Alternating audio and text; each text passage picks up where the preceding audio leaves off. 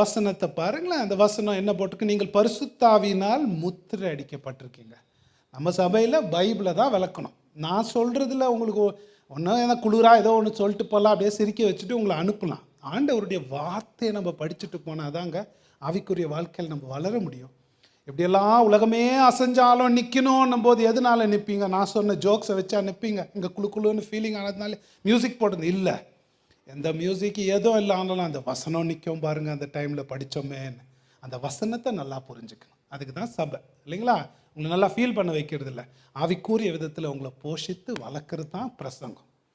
அதனால் நல்லா பிரசங்கம் அப்படியே குழு குழுன்னு எடுக்கணும்னு எதிர்பார்க்கக்கூடாது. வசனத்தை புரிஞ்சுக்குவோம். எனக்கு முத்திரைனா என்னங்க?